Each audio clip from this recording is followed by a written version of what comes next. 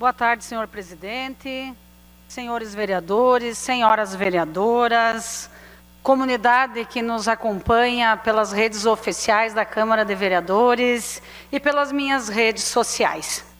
Hoje, dia 13 de maio, é uma data muito especial. Na Igreja Católica, nós comemoramos o dia de Nossa Senhora de Fátima. E na Umbanda, comemora-se o dia de pretas e pretos velhos. Muitos deles eram escravos africanos, por isso, o dia de celebrá-los é 13 de maio, data em que ocorreu a abolição da escravatura no Brasil em 1888. Submetidos a castigos, trabalhos físicos e humilhações, eles tornaram-se espíritos evoluídos e hoje auxiliam todos aqueles que precisam de ajuda. Que a luz de Nossa Senhora de Fátima e das pretas e pretos velhos iluminem sempre o caminho do povo do Rio Grande do Sul. Nos últimos dias, temos acompanhado estarrecidas a tragédia que assola o estado do Rio Grande do Sul. Grande parte do território do estado está embaixo d'água. Estradas interrompidas, pontes destruídas, municípios inteiros alagados, milhões de pessoas desabrigadas, centenas de mortes, desemprego, milhares de catadores perderam seu trabalho. 19 cooperativas de recicladores estão debaixo d'água. A agricultura destruída, falta água potável. Ou seja, a devastação é imensa. As perdas humanas são irreparáveis e as perdas materiais ainda permanecem imensuráveis. A culpa de tudo isso não é do povo, é de quem define o orçamento e acaba com as políticas de proteção ambiental. A culpa não é da chuva, é da falta de políticas de prevenção às enchentes e mitigação dos efeitos. Esse não é um episódio isolado, é uma emergência climática. Negar a crise climática não vai resolver a situação. Pelo contrário, fará com que sejamos vítimas mais uma vez e cada vez mais. Destruir o Pampa, a Mata Atlântica, o Cerrado, a Amazônia, o Pantanal, a Caatinga, como temos assistido, causa colapso climático. Estamos vivendo os efeitos de um modelo de acumulação baseado na destruição, que coloca o lucro acima de tudo, inclusive da vida. A ciência alerta há muito tempo que o aumento de ocorrência de eventos extremos é uma das principais consequências das mudanças climáticas. A quantidade surreal de gás carbônico que se acumula na atmosfera por causa das atividades humanas e aquece o planeta, altera todo o funcionamento do sistema climático. E é por isso que hoje quero utilizar esse espaço para chamar a atenção para esse tema, alertar a população e tentar, de alguma forma, sensibilizar nossos gestores sobre as mudanças climáticas.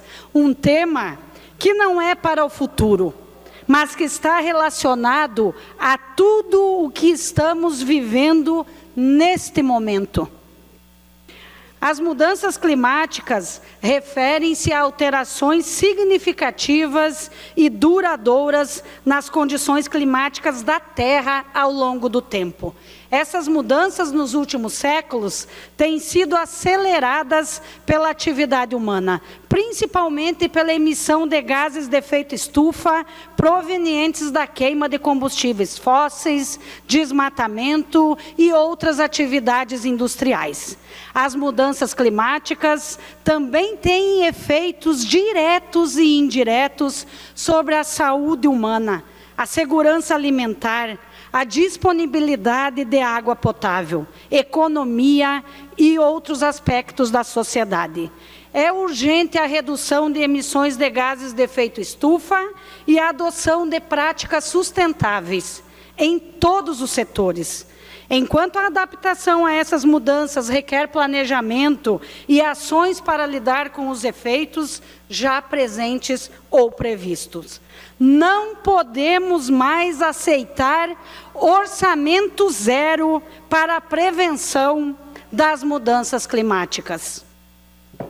A situação do Rio Grande do Sul é extrema, porém, não dá para dizer que seja inesperada. Há pelo menos 10 anos, um relatório encomendado pela Presidência da República já apontava chuvas acentuadas no sul do Brasil em decorrência de mudanças climáticas. O documento também chamava atenção para a necessidade de sistemas de alerta e de planos de contingência. O relatório Brasil 2040, Cenários e Alternativas de Adaptação à Mudança do Clima, encomendado em 2015 pela gestão de Dilma Rousseff, apresentou resultados dramáticos.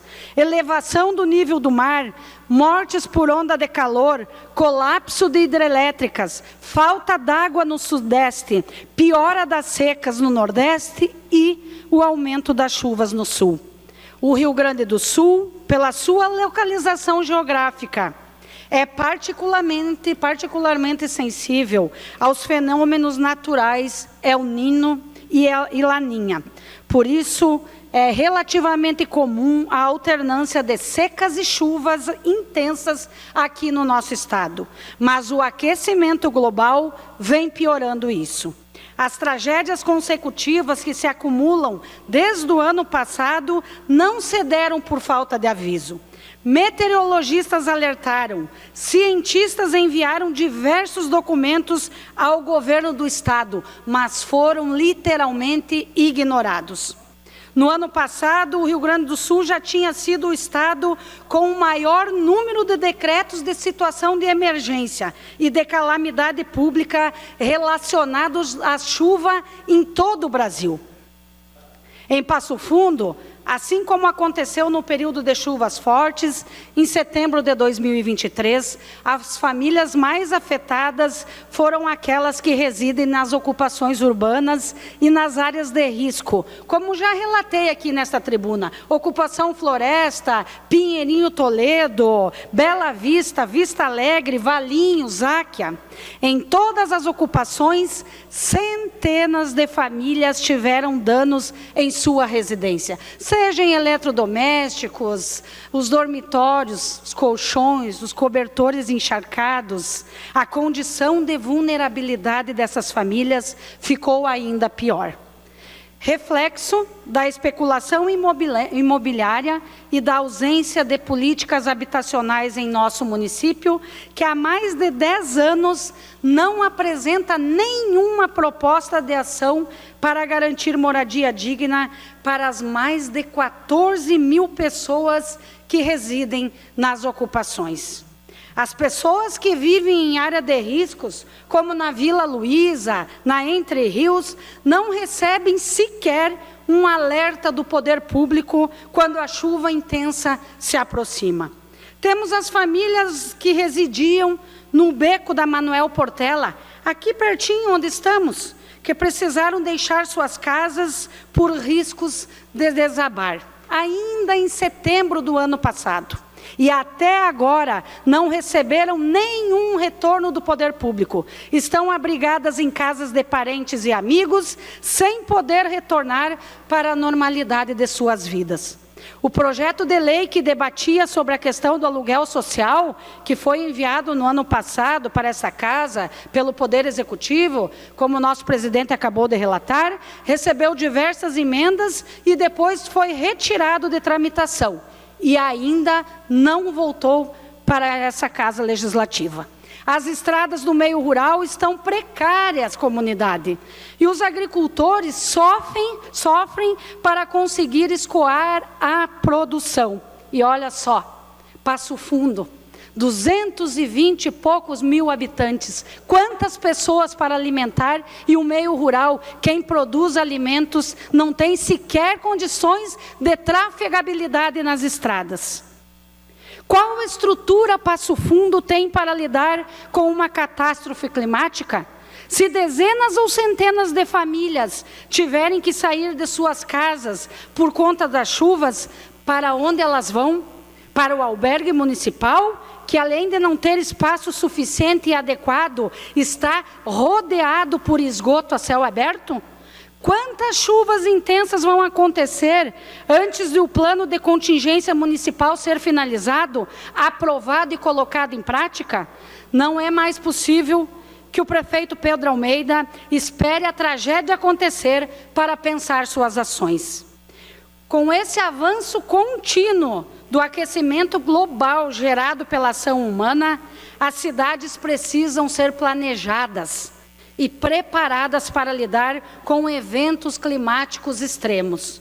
Em Passo Fundo, por exemplo, existem diversas medidas que podem ser adotadas para mitigar as tragédias e evitar que as catástrofes nos peguem, entre aspas, de surpresa.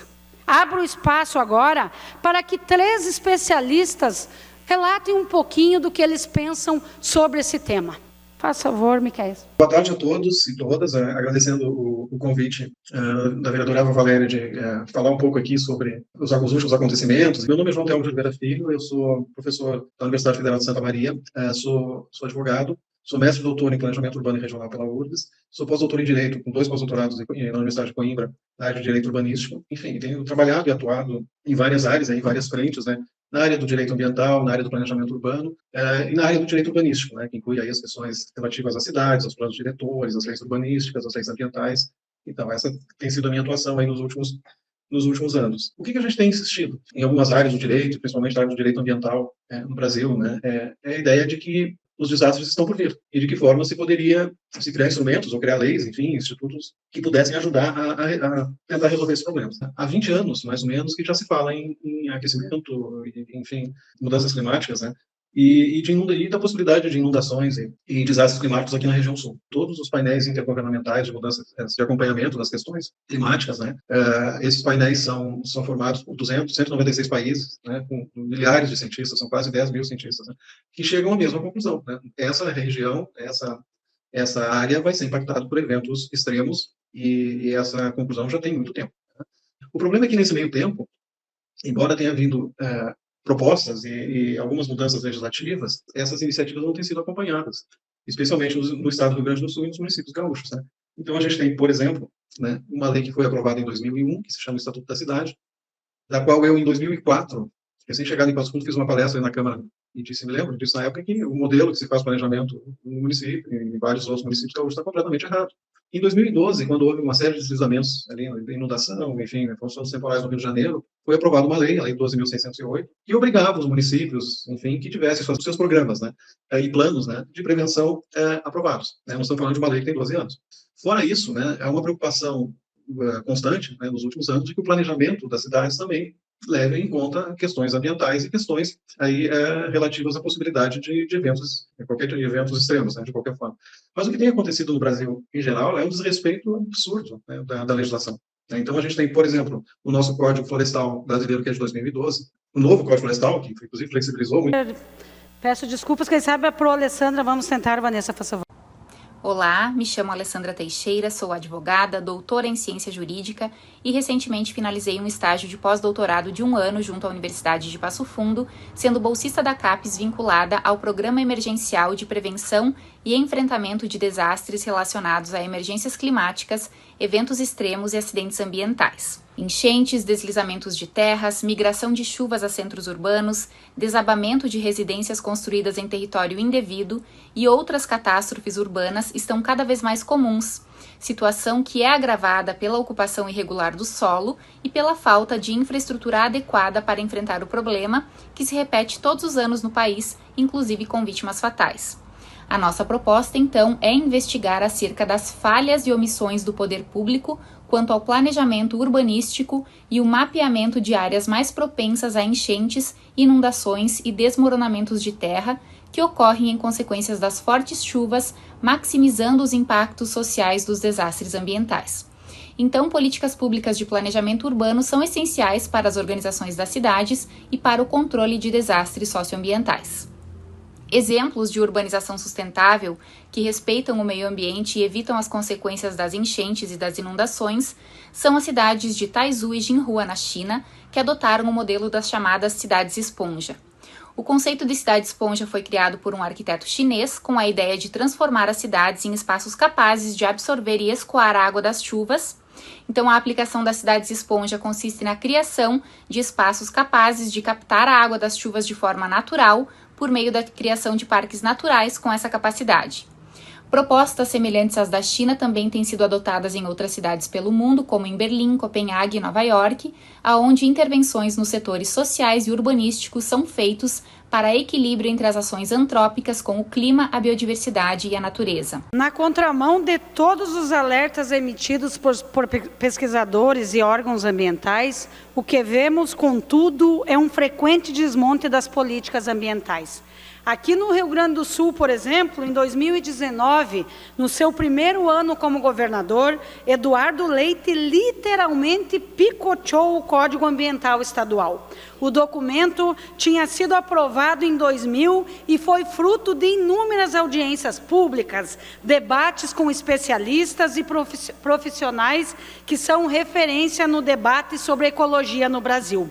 O governador cortou e alterou 480 pontos da legislação ambiental, flexibilizando a liberação de licenças ambientais, o uso de áreas de preservação permanente e reduzindo multas para quem infringe as leis ambientais. Já no Congresso Nacional, neste mesmo momento, ao mesmo tempo em que vivemos essa tragédia, 25 projetos de lei e 3 emendas à Constituição flexibilizam a legislação ambiental e estão em tramitação. São alvo, por exemplo, o Código Florestal, a principal lei do país que protege a vegetação nativa, o licenciamento ambiental e até o financiamento da política ambiental. O Observatório do Clima, rede formada por 107 organizações ambientais, apelidou os projetos de pacote da destruição. Um desses projetos se destaca como especialmente prejudicial ao Rio Grande do Sul, proposto pelo deputado gaúcho Alceu Moreira, com substitutivo de autoria do relator Lucas Redecker, do PSDB-RS, o PL 364 de 2019 altera pontos do Código Florestal e a Lei da Mata Atlântica e pode levar à destruição, Padre Ari, de 1/3 dos pampas, segundo a análise dos ambientalistas. Agora me respondam, colegas vereadoras e vereadores, podemos mesmo dizer que essas tragédias ambientais que temos vistos com cada vez mais frequência estão nos pegando de surpresa? A crise climática precisa ser o novo imperativo das políticas públicas, dos planos econômicos e dos planejamentos estratégicos de infraestrutura. As cidades que terão de ser reconstruídas precisam ser planejadas. É preciso considerar que o clima é outro. Também não dá mais para eleger gestores que não tenham como diretriz estruturar o país, os estados e os municípios para proteger suas populações do que está por vir, sempre com base na ciência. Não dá para eleger representantes políticos que defendem um único setor, em um pensamento curto-prazista em que vale tudo para hoje. E o amanhã a gente vê depois. O amanhã está aqui. O amanhã é agora. Entre toda a tristeza que vivenciamos nos últimos dias, os gestos de solidariedade de centenas de milhares de pessoas para o povo gaúcho são um respiro de esperança. pessoas da nossa cidade, que se tornou um ponto de coleta estadual de donativos, de diversos outros lugares do país e do mundo, influencers, artistas, empresas, ONGs, entidades, muita gente se mobilizou e segue mobilizada para arrecadar donativos, enviar recursos para equipes de resgate, organizar mutirões de limpeza, mapear pessoas que precisam de ajuda, preparar marmitas. Cito aqui os exemplos das paróquias Sagrado Coração de Jesus, Santa Terezinha e São Vicente de Paulo, aqui de Passo Fundo, da Caritas Diocesana, do CTG Lalau Miranda, da UPF, da Universidade Federal Fronteira Sul, dos voluntários da Atitus, dos Correios, das empresas Biate e Farmácia São João, da CUFA, da plataforma para pedidos de socorro, idealizada pela nossa querida arquiteta passofundense Marina Grando, que até a metade da última semana já tinha cadastrado mais de 8.000 pedidos de resgate. Da startup Reseta Reuse, incubada aqui no UPF Parque, que desenvolveu um equipamento que transforma a água turva em água potável para consumo humano. Uma tecnologia da nossa região, que já está em uso lá no hospital do município de Mussum. Podemos citar também as cozinhas solidárias do MST, do MTST, espalhadas por todo o estado, e a ação de arrecadação organizada pelas mulheres do Movimento Nacional de Luta pela Moradia. A ação fundamental dos movimentos de mulheres, como a Associação das Promotoras Legais Populares e especialmente da Temis, que além de arrecadar alimentos não perecíveis e água potável, é ponto de coleta para a doação de absorventes higiênicos para as milhares de mulheres gaúchas que estão em abrigos. E tem trabalhado muito na criação de um protocolo de emergência que garanta a proteção das mulheres e crianças, que infelizmente estão sofrendo assédios e estupros nos abrigos.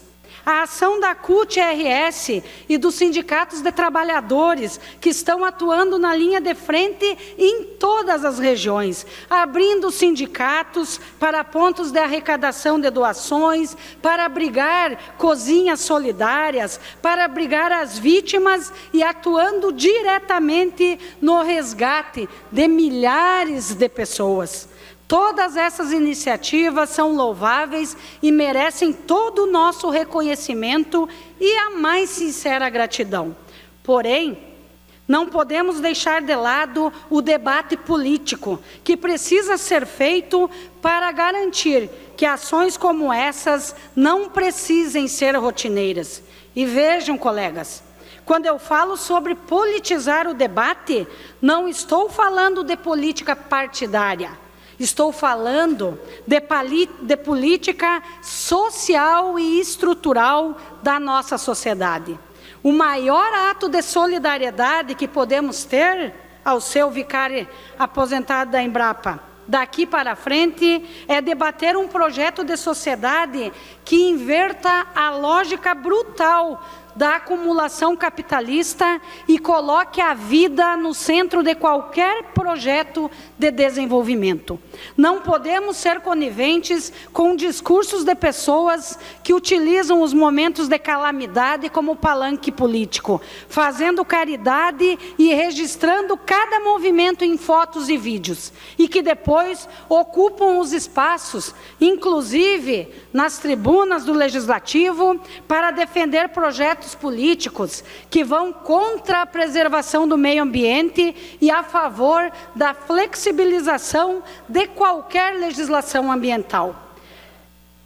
Quero destacar aqui também a importância do trabalho realizado pelo governo federal, pelo presidente Lula e todos os seus ministérios, para auxiliar neste momento de dor, sofrimento e de tantas perdas pelas quais, como gaúchas e gaúchos, estamos passando. faço um destaque especial à presença do presidente da República 2 vezes aqui no nosso estado, e não sozinho, acompanhado dos presidentes do Senado, da Câmara, do STF, de ministros, presidentes da CONAB, secretários, e a instalação de um escritório do governo federal em Porto Alegre. E outros 3 núcleos em Santa Maria, Santa Cruz do Sul e Lajeado. Vanessa, faz favor, coloca para nós aí um pequeno vídeo aqui, que eu acho que resume muito bem o trabalho do governo federal, que tem obrigação e responsabilidade de estar ao lado do povo gaúcho nesse momento. O Rio Grande do Sul enfrenta um dos maiores desastres ambientais da história do país. E o governo federal não mede esforços para salvar vidas e reconstruir o estado. Já foram mobilizados milhares de profissionais, aeronaves, embarcações, viaturas e o maior porta-aviões do país, que funciona como hospital. Os Correios estão recebendo e transportando doações gratuitamente. E ainda uma grande força-tarefa para garantir bilhões de reais na reconstrução. Mas atenção, muito cuidado com notícias falsas. Elas colocam em risco a vida do povo gaúcho. O momento é de união. A parceria do governo federal com o estado e os municípios gaúchos segue firme, com ajuda humanitária imediata. De norte a sul, chega apoio de toda a população, voluntários e doações. Porque a solidariedade é a marca do brasileiro. Somos um só povo. Brasil unido pelo Rio Grande do Sul. Governo Federal, União e Reconstrução. Dá um aperto no coração da gente. Tantas pessoas envolvidas, tantas pessoas sofrendo, tanto dinheiro que vai ser gasto agora para recuperar, que poderia ser investido no desenvolvimento do Brasil e do Rio Grande do Sul. Mas para encerrar esse espaço, quero deixar um apelo aos gestores públicos. A reconstrução do nosso estado e de cada cidade atingida pelas enchentes precisa ser feita com o objetivo de tornar o Rio Grande do Sul uma referência global em adaptação às mudanças climáticas, semelhante a como o Japão é em relação aos terremotos. Reconstrução sem adaptação, na prática e nas condições que vivemos, é só ativar uma contagem regressiva até perder tudo no próximo desastre. Não há saúde física e psicológica e estrutura econômica que suporte passar tudo isso outra vez e outra vez e outra vez. É urgente pensarmos a adaptação às mudanças climáticas e lutar por investimentos suficientes para tanto. Pensar em uma cidade com planejamento inclusiva, que atenda aos interesses populares e eficiente, e uma agricultura camponesa de base familiar, agroecológica, adaptada às condições do clima, do bioma e com muito investimentos estatais. Isso se faz com planejamento urbano e políticas eficientes de moradia, que possibilitem ao povo ocupar espaços que não estejam sujeitos às consequências de eventos climáticos extremos. E, por outro lado, pensar uma produção agrícola que crie condições de se produzir na adversidade do clima. É tão pouco, é o básico. A gente não precisaria estar aqui reforçando, insistindo, pedindo. Essa deveria ser a responsabilidade dos gestores, cuidar do nosso meio ambiente, da mãe da natureza, porque só assim, Rose, lá do bairro Jardim América, nós vamos proteger a nossa gente dos bairros, as nossas mulheres pobres, o povo trabalhador, as empresas, os agricultores que continuam produzindo. Vamos seguir em frente, nós vamos avançar com força, com união e com solidariedade. E eu peço, vamos prosseguir, companheiras e companheiros, porque o Rio Grande, o Rio Grande é forte e é solidário. Nós vamos trabalhando e unidos, reconstruir tudo que foi destruído, mas nós vamos exigir do Estado o que ele tem obrigação de dar para o seu povo, que é segurança, que é meio ambiente saudável, que é vida para a nossa gente. Seguimos em frente pelo Rio Grande do Sul. Obrigada, presidente. Obrigada, comunidade, vereadores e vereadoras. Fica o meu abraço carinhoso e o meu afeto. A Câmara de Vereadores de Passo Fundo está sempre ao lado da comunidade e, para manter esse compromisso, foi pioneira em implantar o sistema online para as reuniões e plenárias dos vereadores. Projetos importantes já foram votados, como a contratação de mais profissionais para a área de saúde e a aprovação da liberação de R$3.500.000 do orçamento do município para fazer frente ao coronavírus. Foi criado também um fórum permanente para debater sobre a Covid-19. Câmara de Vereadores, a casa dos grandes debates.